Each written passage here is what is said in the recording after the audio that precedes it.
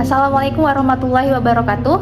Perkenalkan, saya Rizky Diana, peserta pelatihan dasar CPNS 2026, golongan 2 angkatan 4 di Balai Besar Pelatihan Kesehatan Makassar. Hari ini saya akan membagikan learning journal agenda 1 modul 2, yaitu analisis isu kontemporer. Analisis isu kontemporer adalah proses memahami dan mengevaluasi isu-isu aktual yang terjadi di masyarakat, pemerintahan, atau lingkungan global. Masalah yang dibahas adalah topik penting yang relevan dan terjadi pada masa kini yang berdampak pada orang banyak. Tujuannya yaitu yang pertama, memahami konsep dan karakteristik isu kontemporer. Yang kedua, mengidentifikasi isu strategis di pemerintahan dan masyarakat. Yang ketiga, menganalisis dampak isu terhadap peran ASN. Dan yang terakhir, menumbuhkan sikap kritis dan adaptif menghadapi perubahan. Terdapat 3 materi pokok dalam pembelajaran ini. Yang pertama yaitu konsepsi perubahan lingkungan strategis. Yang kedua, isu-isu strategis kontemporer. Dan yang ketiga, teknis analisis isu-isu dengan menggunakan kemampuan berpikir kritis.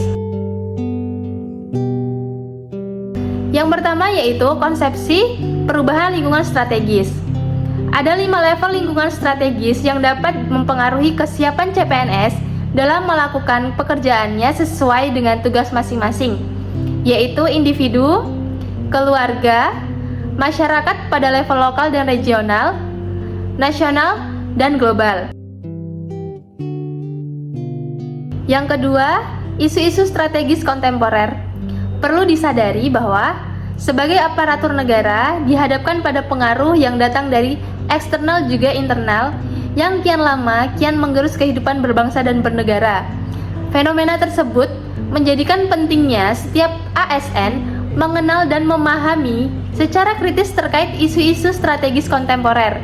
Di antaranya yaitu korupsi, narkoba, paham radikalisme atau terorisme, money laundry, proxy war, dan kejahatan komunikasi massal seperti cybercrime, hate speech, dan hoax.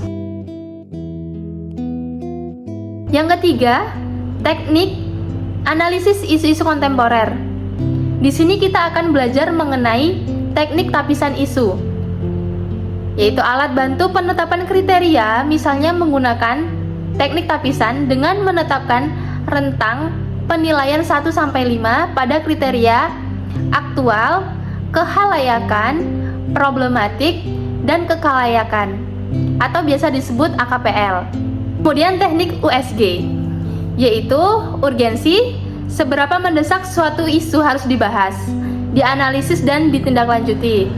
Kemudian seriousness, seberapa serius isu harus dibahas dan dikaitkan dengan akibat yang akan ditimbulkan. Dan grow, seberapa besar kemungkinan memburuknya isu tersebut jika tidak ditangani secara cepat. Melalui materi ini, disadari bahwa menjadi seorang ASN bukan hanya soal menjalankan tugas administratif, tetapi juga mampu menganalisis isu strategis, menilai dampaknya, dan mengambil langkah yang tepat, sehingga terciptanya pemerintahan yang lebih efektif.